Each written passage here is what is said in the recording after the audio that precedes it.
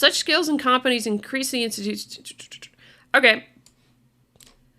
I'm going to ask my standard question as a scientist. Prove it.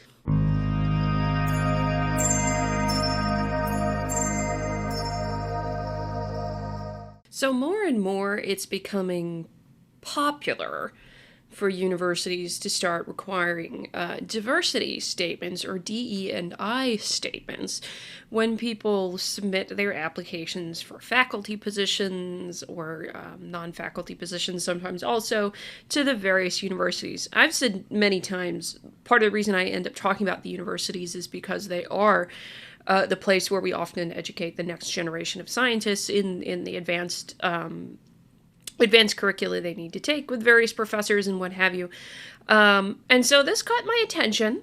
And as you might suspect, I am quite skeptical of it. But I did see something interesting, and so I want to comment a little bit on this and then also bring up the counterpoint, because I tend to agree that requiring a diversity statement on a faculty application is tantamount to an ideological litmus test, that you are asking people to believe certain things, if you will. And depending upon how some of these things are defined by the university, it could be very much engaged in a critical theory, critical race theory kind of lens, and I don't want that. Myself, I've said many times critical race theory is anti-science, and so it isn't. Frankly, it should not be used as an ideological litmus test for somebody applying for a faculty position in, say, physics or meteorology or chemistry or geology or anything like that. It's a very bad idea. But let's see what this gentleman, Taby Chavis, I probably butchered the name. We'll call him TC, I think, in a minute. Director of the National Center for Institutional Diversity, I apologize, and Professor of Education and Psychology, talking with the Michigan, I think this is Michigan Literature, Science, and Arts Division, about the case for diversity statements. Okay. So what is it?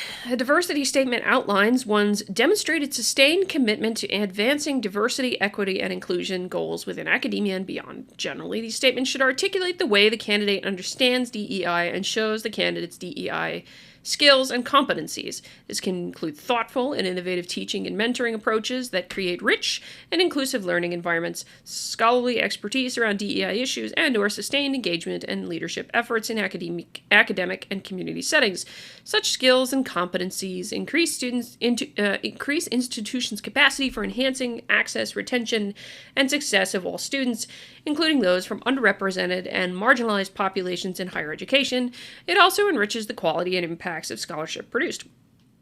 Okay, my immediate upfront commentary with that is straight up here. What is the university defining? How is the university defining those three words? Because, equity, in terms of ye olde dictionary definition, would be considered fair treatment or equal treatment. Or equal opportunity could be another way to phrase it in the ye olde dictionary kind of thing.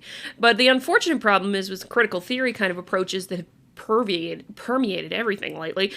Equity is equality of outcome. So you're asking people to say that equality of outcome, how they have experienced advancing equality of outcomes for people.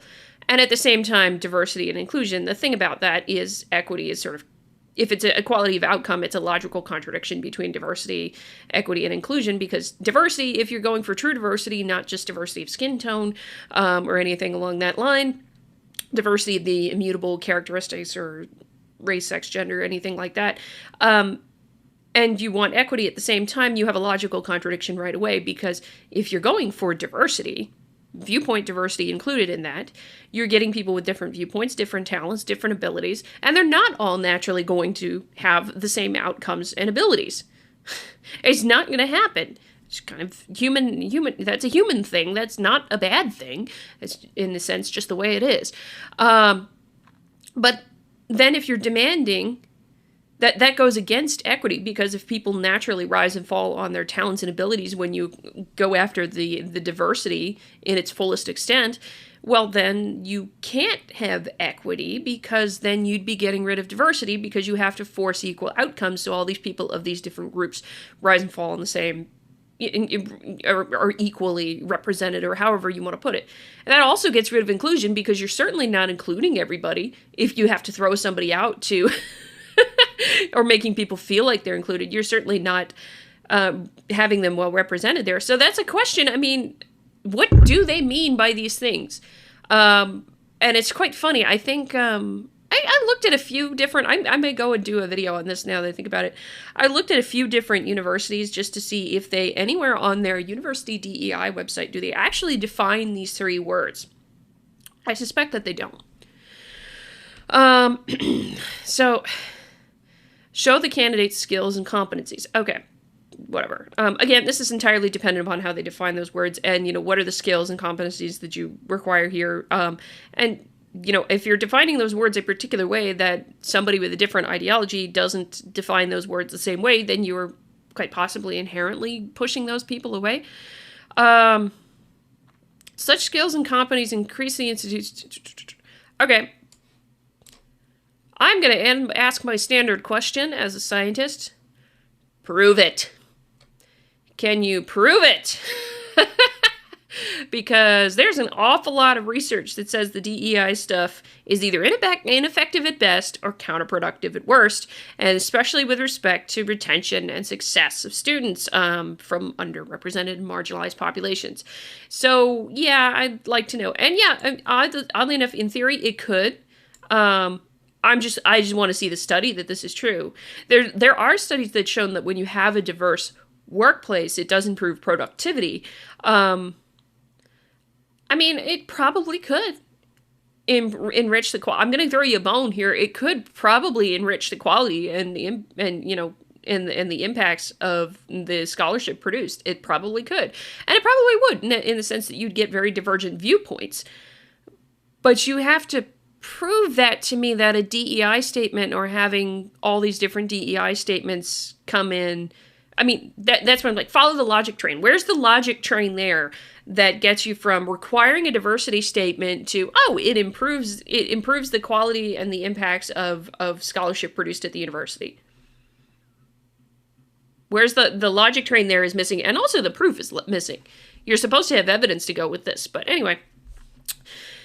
Why are more universities asking for diversity statements? As the student population in higher education has become more diverse, many institutions are coming to understand the need for faculty who are both committed and prepared to provide intellectually and culturally rich learning context for all students. Just a note here, actually, the culture of the university is pretty uniform in some ways, but it doesn't necessarily... Okay, a better way to ask this. Is it the job of the university to provide a culturally rich learning context? In a sense, yes, because you want many different viewpoints, because the primary purpose of a university is to get at the truth. But is that the primary thing to make it perfectly culturally rich? Just a question. Requesting diversity statements in the hiring process is an effort to identify faculty that have expertise, knowledge, and interest in meeting the educational needs of a diverse student body. So...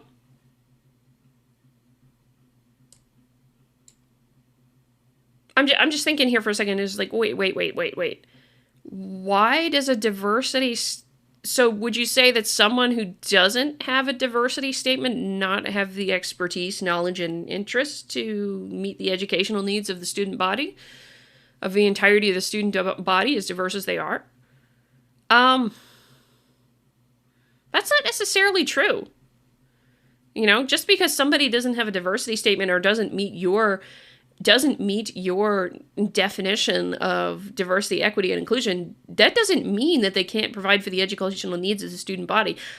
In the classic liberal kind of view of what a university is, it's the individual, and you're supposed to be teaching them how to think, not what to think here. And so if you're treating them as the individual and you're recognizing individualism when you're working as a faculty, teaching faculty, then yeah, sure, you could actually be very good at doing educational needs of a diverse student body, because you are treating the students who come to you as unique individuals, and you got to nurture their ability to think critically, not teach them what to think. So, no. Actually, I don't know that you need a diversity statement to prove that. I don't know that you really need a diversity statement to prove that. In addition, it is critical for the scholarship produced in higher education to come from scholars representing diverse backgrounds and perspective, especially as research has shown the benefits in terms of creativity and innovation outcomes. And yeah, I will throw them a bone. In the video, is diversity training effective? This was actually part of that article that I covered. There is research that shows that having a diverse workplace is actually good for productivity and creativity. And then, so that's not a bad thing. And I agree, that's absolutely a good thing. I want to see diverse workplace. The question is whether or not such things as a DEI statement is actually efficacious in making that happen. Which, if it follows the path of diversity trainings, and given that this is a relatively new thing, I don't know that we have any real research to show that the DEI statements would be efficacious in actually giving us something about this. So, okay, fine, I'll throw you a bone that, yes, diversity is a good thing for creativity and innovation. So, yeah, I'll give you that. But there's just no research to prove, at least not that was cited here, there's no research to prove that the DEI statements actually lead to more retention of students from underrepresented groups. There's really just not that there. And there's also none of that to say that it would be underrepresented in faculty either, that the underrepresented would increase the retention of faculty from underrepresented groups either. So it's a question. Critics argue that diversity statements are a violation of academic freedom, that they favor candidates who are more liberal-minded and/or applicants of color. What are your thoughts on that? Okay. Such criticisms are often based on faulty assumptions, such as the assumption that diversity statements are intended to be ideological or political statements. In fact, they can help illuminate skills and competencies that support institutional capacity, some of which we would not know about otherwise. These statements all actually allow potential faculty members to describe how their efforts can support multiple viewpoints. Another faulty assumption is that DEI is incompatible with a scientific research approach. In fact, we find that many scholars who include DEI in their work take extra care to ground their work in scholarly literature or systematic evaluation of best practices in teaching and mentoring. When DEI work is done well, it reflects analysis and rigor. Moreover, asking faculty candidates to articulate how diversity, equity, and inclusion factors into their teaching, scholarship, and service in service is truth in advertising. If we want to affirm that diversity, equity, inclusion underpins the institutional educational mission, we ought to give faculty candidates the opportunity to demonstrate it and receive credit for their efforts. Importantly, our research shows, where's the link? Citation. If you have research, put it in the damn thing and show me the citation. Our research shows that faculty applicants across academic disciplines were able to describe in extremely varied ways how their teaching, scholarship, mentoring, and service efforts can contribute to creating a campus environment that reflects the values of diversity, equity, and inclusion in higher education. Okay. This whole last paragraph here entirely and 100% depends upon how they define diversity, equity, and inclusion. I do agree that things like theory of enchantment or the moral courage college or things like that might actually be very good ways to approach doing diversity. I would like to see some of the research somewhere down the road a little bit, but I do agree. Those could be good ways to do it. Why? Because they're human-centered. They're human-centered, and theory of enchantment in particular is a little bit about understanding yourself and self-love first, because of that, and looking at culture and what have you. I'm curious about Chloe Valdery's thinking. I may try and take the self-guided version myself. But the ideological thing is, okay.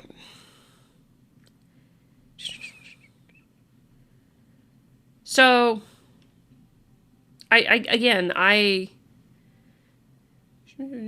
campus environment that reflects the values of diversity, equity, inclusion, and higher education. Moreover, asking how the faculty articulate how diversity we ought to give it.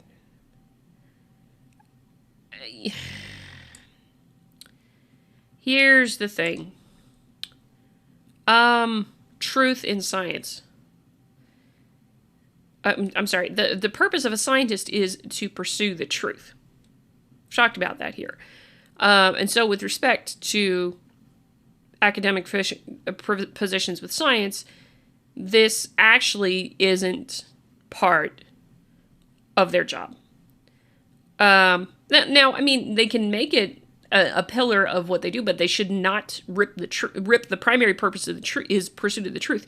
And if they're doing something in DEI or being forced to do something in DEI that is not in line with the pursuit of the truth or the values of science as they're at the university, then I don't think that's their job to do this. And no, I mean, diversity and equity and inclusion is okay. I'm sorry, having diverse student groups and bodies and labs and things like that, that is perfectly good and okay, and I'm absolutely all for it. My concern is that what are these words? What is the definition based on that the universities are using, which I strongly suspect at this point is a critical theory definition, in which diversity that matters is diversity of skin tone, equity is about outcomes, equal outcomes, and inclusion is more so about including people that agree with us. And things like that. And this doesn't give me any, basically undermines the thing for his first point, I think. It doesn't give me any hope here that he's actually not, in fact, matter, it's pretty much a non sequitur here, because the question was about how it can violate academic, the criticism, which I share here, is that it's a violation of academic freedom and that you are picking people who are more of a particular ideological mindset. This whole paragraph is almost entirely a non sequitur, and it's just and it's just really primarily about we should show this is good. This is good. In fact, it's truth in advertising. No, I don't care if it's pushing your truth in advertising and what have you. That's not the point. That's not the point at all. The point that the critics are making is that if these three things are ideologically driven and ideologically defined as they are under critical theory, then you are asking people to take an ideological litmus test when they put this in here. And I'm going to get to that more so in a second. Another faulty assumption is that DEI is incompatible with the scientific research approach. In fact, we find that many scholars who include DEI in their work take extra care to ground their work in scholarly literature or systematic evaluation of best practices in teaching and mentoring. When DEI work is done well, it reflects analysis and rigor. I would hope that's the case. I sincerely doubt it. I would like to see the actual research in that to show that that's the case.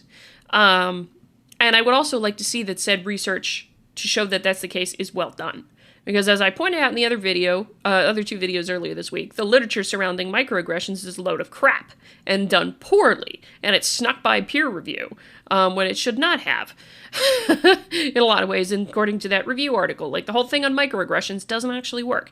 So I would like to see that that's true, because the thing about critical race theory, as I said in here, is that it violates all four norms of science: communality, universalism, disinterestedness, and organized skepticism. A lot of that in there, and the key one is universalism, that you are not supposed to judge anybody's work on the basis of race. You are not supposed to judge it on the basis of sex. You are not even supposed to include professional affiliation and degrees, actually, when you're judging somebody's scientific work. And this is where the idea comes from that anybody can be a scientist. You're not supposed to judge based on that. That is a Western Enlightenment thing. You are not supposed to judge based on that. So if the people who are incorporating DEI stuff are actually, doing that and making sure that their scientific work is okay, I might not have a problem with that. I am doubtful of that, given the number of papers that I've looked at on this channel that bring in anti-racism stuff and base their whole argument for anti-racism on glorious amounts of logical fallacies. Nature's got a bunch of them. And then finally, I want to put back to the first one here. Such criticisms are often based on faulty assumptions, such as the assumption that diversity statements are intended to be ideological or political statements. In fact, they can help illuminate skills and competencies that support institutional capacity, some of which we would not know about otherwise. These statements actually allow potential faculty members to describe how their efforts can support multiple viewpoints. Okay.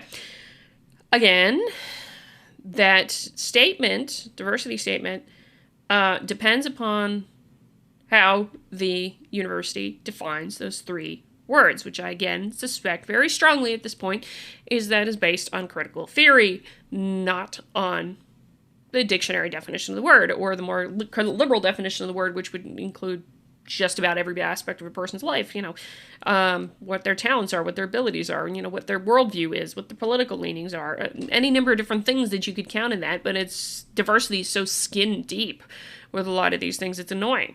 Let's see here. Or diversity can be very skin deep, let's put it that way, according to the CRT kind of version of the world. The other thing, okay, this top level statement here, the assumption that diversity statements are intended to be ideological or political statements. There's the problem with this. And where I think, well-intentioned, perhaps, but certainly a blind spot. So what he's saying is these are not intended to be an ideological or political statement. So reading that, I am reminded of the conversation between Tim Pool and Jack Dorsey that took place on the Joe Rogan podcast a few years ago, in which Jack Dorsey was talking about, when we make all these rules, like a person who misgenders somebody is going to be banned and all this kind of stuff from Twitter. And Tim Pool challenged him on that, and there was another person from Twitter who was there too, I can't remember her name. Tim Pool challenged him on that, because the problem was, with respect to the idea of using the wrong pronouns for somebody, for instance, or even somebody who's not part of the conversation or referring to somebody else. The problem with that is that there's a significant portion of the population that believes that sex and gender are not the same, are the same thing, that your biological sex determines your pronouns. So by going with the misgendering rule that Jack Dorsey has, he was actually, though he thought the rule was fair, was actually unintentionally alienating people of different opinions than his own. And that's the thing, is he says, well, we're a neutral platform, or platform for everybody.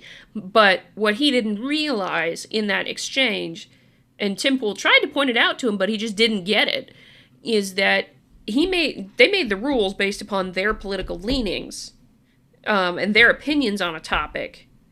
And because their opinions are viewed as right to them, or as neutral, or as in consensus, or what have you, they inadvertently made a rule that would throw out a significant portion of the people on Twitter who do not agree with that opinion. So that's why you don't make that. That's what Jack didn't understand. He was ideologically blind to the notion that his opinions shouldn't be what's used to make the rules, or his opinion that made the rules, or the rules based on his opinions. It's hard for me to describe exactly, but the rules based on his opinions or his ideological beliefs about something inadvertently do alienate people who don't share his beliefs, and push them away. And so more people who agree with Jack come to Twitter, and more people leave, and other people leave. So it enforces groupthink there, and it is an ideological set of rules. If they're based that way, it's an ideological set of rules, whether or not he intended them. So this is actually not a thing here. Diversity statements may not be intended to be ideological or political statements. And it may be just because University Clique thinks everybody thinks exactly the same about what DEI is, and they're all in CT and what have you, despite the fact that there's people like me in academia who don't think like that at all. And so it's inadvertently alienating somebody, particularly if the definitions and what the university thinks DE&I is their own, and is what they want, or what they think it is what's right. Do you know what I mean? And so it may not have been intended, no, but it is still alienating, and they didn't think about it necessarily when they did here. And the second thing here that he tries to say is, so that's what I think on there, is that yes, it may not be intentional, but it is in the sense that you're putting your bias into the rule or into what you want from somebody. In fact, they can help illuminate skills and competencies that support institutional capacity, some of which we would not know about otherwise. Why do you need a DEI statement to do that? In all seriousness, why do you need a DEI statement to do that? So what skills or competencies are you actually including there? Why do you need a DEI statement to get to those other skills and competencies that you wouldn't know about? Why not just even ask like an open question of, oh, well, tell us about your skills in XYZ.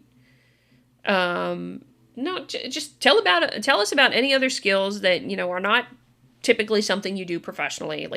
Like for me, I might include as a skill now that, hey, I'm versed at video editing. I can do this, I can do that. Skills that are not normally a job requirement for me as a researcher. So why do you need a DEI statement to get at things that you wouldn't otherwise know, that are skills and competencies that are not normal that could support the institution? I don't think you do. That doesn't work for me. I don't think you need that. These statements also allow potential faculty members to describe how their efforts can support multiple viewpoints. Okay, why not just ask that? Why not just ask, how would you support having multiple viewpoints on campus? How would you support dialogue surrounding multiple viewpoints? Why not just ask that? Seriously. So the thing is, I mean, I think the DEI statements, at least in this person's estimation, they're may not have been his intention, yes, but that intention doesn't matter in here because the DEI statements being put out there quite possibly do have a political bias. And I do want to get into some examples with that here from other points. So this came up the end of June on Heterodox Academy, actually writing about the same thing. The Diversity, Equity, Inclusion Statement, DEI statement, is nearly standard in tenure job faculty job applications and even tenure promotion files. Construed charitably, it is a trivial hurdle. As one large public institution put it, quote, through your own statements of contributions to diversity, equity, and inclusion, you can tell us how your past, present, and future activities have or will contribute to our mission of promoting equity and inclusion or have shaped your perspective on the issue.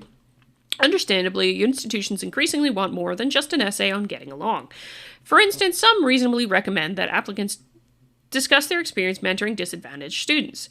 Since not everyone can be a prolific mentor before landing a professorship, some writers advise faculty aspirants lacking such experience to discuss systemic aspects of inequality and underrepresentation or explain how they will work to create inclusive environments. Now, the reason I bring this up is this is why people think it's ideological, because there's a lot of people, even amongst academic, who look at data and analysis and what have you, who do not think systemic racism is a real thing, do not think systemic inequality is a problem here, or, they actually look at the data and realize, like, for example, there was a Quillette article, which was nicely written up, that talked about it. I'll have to go find it, but it talked about it quite nicely, the idea that sociologists, when they study group disparities, spend a lot of their time studying group disparities, they end up with an interesting thing, because even accounting for multiple major factors when they're studying a group disparity, they're lucky if they can get, in an analysis, to 40 or 50% of that disparity being explained by multiple factors, including discrimination. So it's a fascinating thing, and this is why some people think this is ideologically driven, is statements like this, hey, discuss this, discuss that. Well, what if I don't agree with that? What if I don't agree with that approach? Are you going to hire me if I don't put in what you want to hear? And this is the thing, this is why it goes back to why the guy's intention of it not being ideological doesn't necessarily matter, because it is ideological if that's your starting point yourself when you ask the question and ask them, potential applicants, to write about this. If such advice leaves one unsure what to say, consider the response when a mathematics department chair and professional society officer criticized the requirement, fearing it would function as an ideological litmus test. Dueling open letters with hundreds of signatories and some alleging that she quote, harmed the mathematics community, particularly mathematicians from marginalized backgrounds. Young academics who lack professional security face obvious incentives to simply provide the answers the committee wants to hear. And that's one thing that probably happened too, is because some people are just going to BS their way through with it. It's an honest thing there. And actually, let me point that out what that is, because that was actually a really interestingly written letter.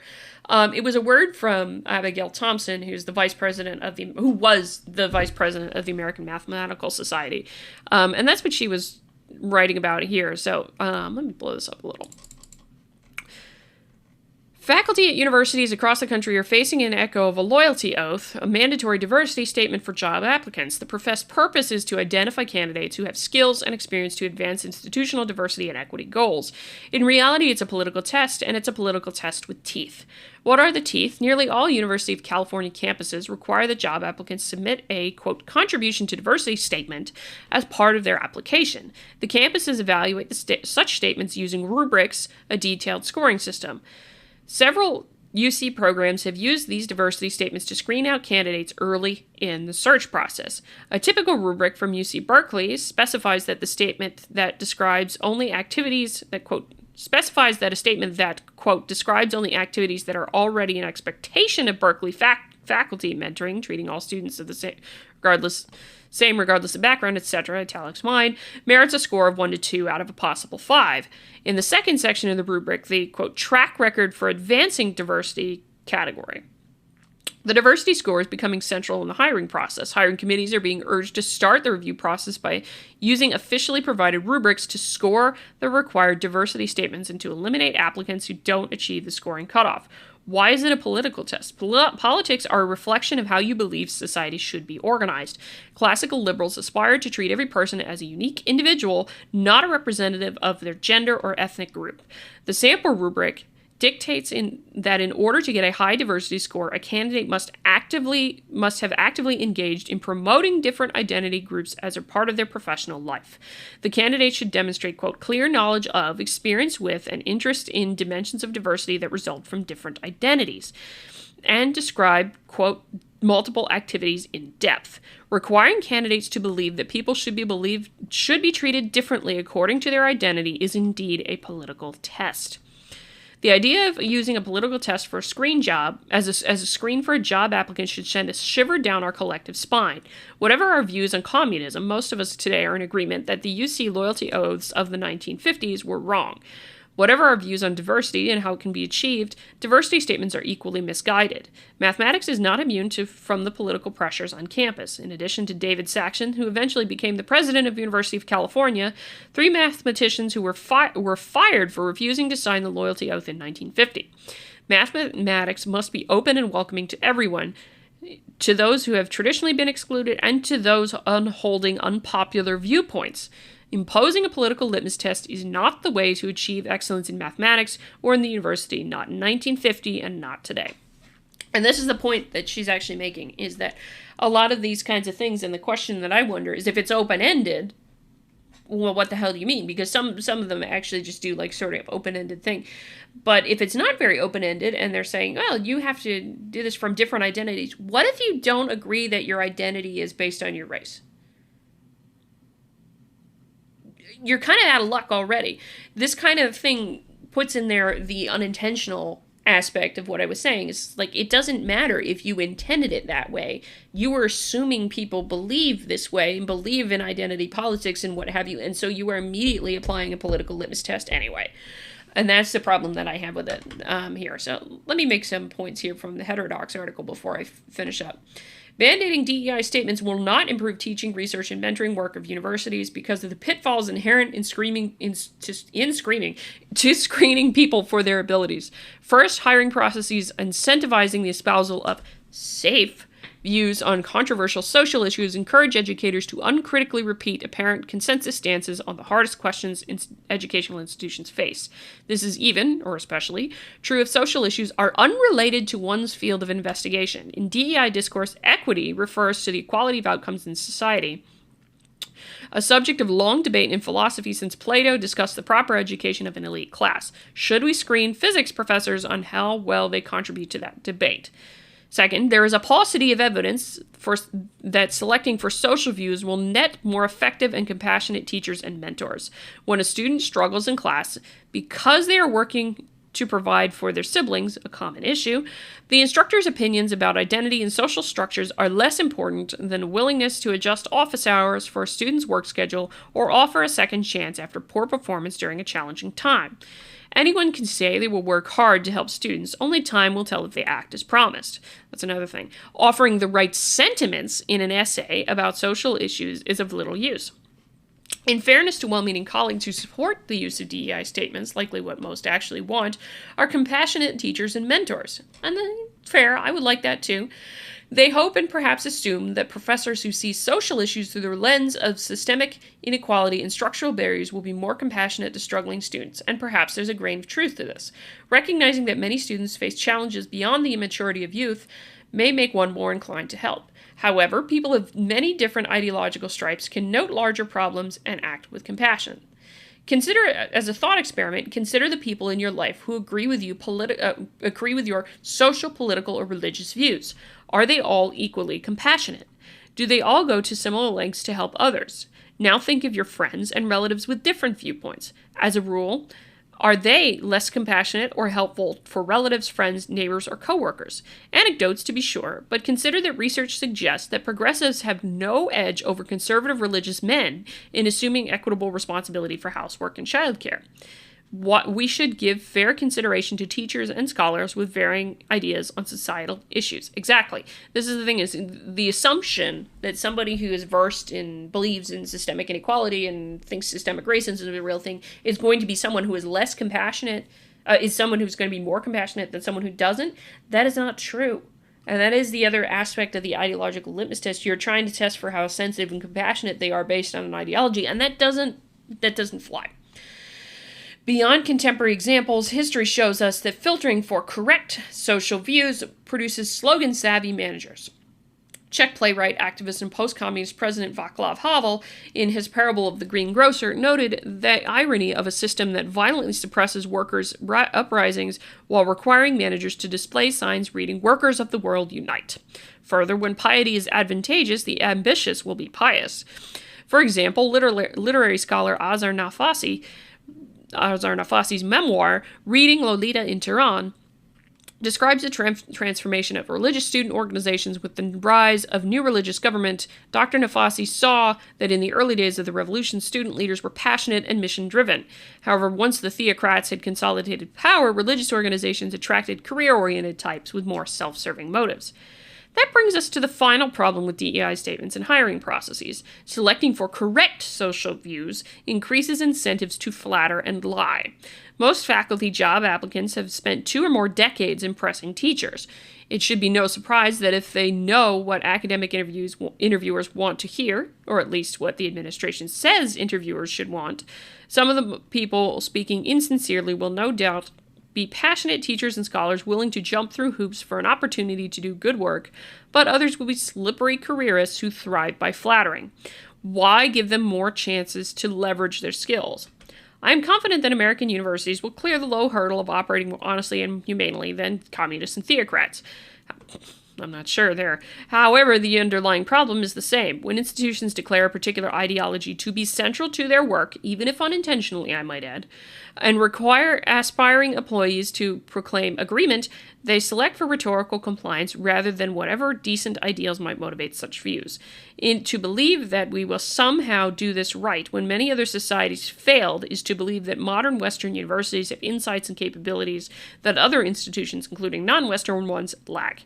This conceit sits awkwardly with the DEI-motivated desires to decenter Western perspectives.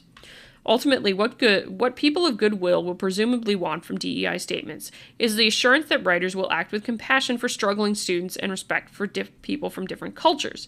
Let us therefore examine track records, not opinions. Contact references who can speak to how the applicant has worked with students and peers. Look for evidence of effective teaching. These actions might be